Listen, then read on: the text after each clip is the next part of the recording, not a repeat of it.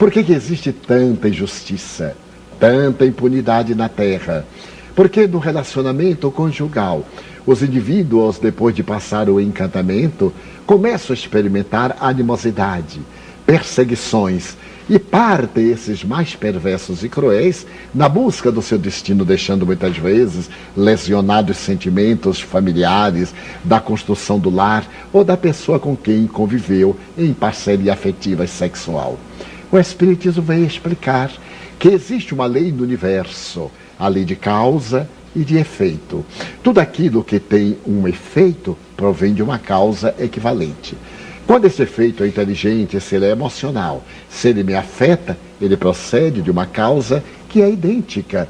Então essa lei de causa e efeito proporciona a reencarnação. A reencarnação enseja colocar os indivíduos que se comprometem à borda do abismo para os necessários resgates. No caso das perturbações humanas, dessas impunidades, tanto políticas, policiais, sociais, domésticas, de relacionamento, elas não ficam realmente olvidadas da lei, porque elas se inscrevem no perispírito daquele que pratica o mal. E mais cedo ou mais tarde, ele renasce, sob a injunção do resgate. Vemos, por exemplo, o indivíduo perverso que se compraz na crueldade, na pedofilia, no adultério, na prostituição, na corrupção dos costumes, no crime do colarinho branco. E eles triunfam sob o aplauso popular. E perguntamos, mas onde? Olhemos agora. Aqueles que nascem com a vida ceifada, aqueles que nascem sem o cérebro, aqueles que nascem com a acromegalia, aqueles outros que nascem com os transtornos mentais, aqueles que apresentam as terríveis deformidades físicas, os degenerados, chamados tecnicamente fenômenos teratológicos, que desde o berço trazem essas anormalidades congênitas. São eles aqueles cruéis, aqueles perversos, aqueles que não foram justiçados pelos códigos das leis humanas e não foram momentaneamente alcançados pelos códigos divinos. Agora renascem para pagar. Ninguém permanece impune, porque onde o indivíduo vai, também assim a sua consciência. E a consciência é o juiz, é o advogado, é o promotor, mas é também a testemunha severa que ele aponta o erro e que o faz recordar naquele desvario em que ele se encontra, nos processos da paralisia, das paresias, das alucinações, da hebetação, nos momentos em que, em um período em que perde a consciência por um longo prazo, está encarcerado para poder expiar os males que praticaram.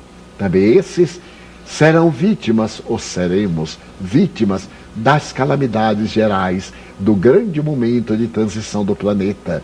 Eles muitas vezes estão numa boa posição econômica, e vem uma tragédia desta natureza, arrebatando-lhes as vidas queridas, às quais se vinculam profundamente tocados, ou levando-os a enfermidades muito graves, a transtornos terríveis de natureza psicológica, ou mesmo a ceifarem alguns órgãos, serem vítimas de acidentes que lhes despedaçam o corpo e colocam-nos no cárcere de uma matéria, numa prisão sem grades para expiar.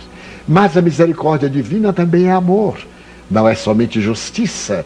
A justiça alcança, mas o amor atenua. Porque a grande lei do universo é a lei de amor. Nós poderíamos passar pela grande transição sem a necessidade do sofrimento, se amássemos de tal maneira que o nosso bem anulasse o mal que nós fizemos.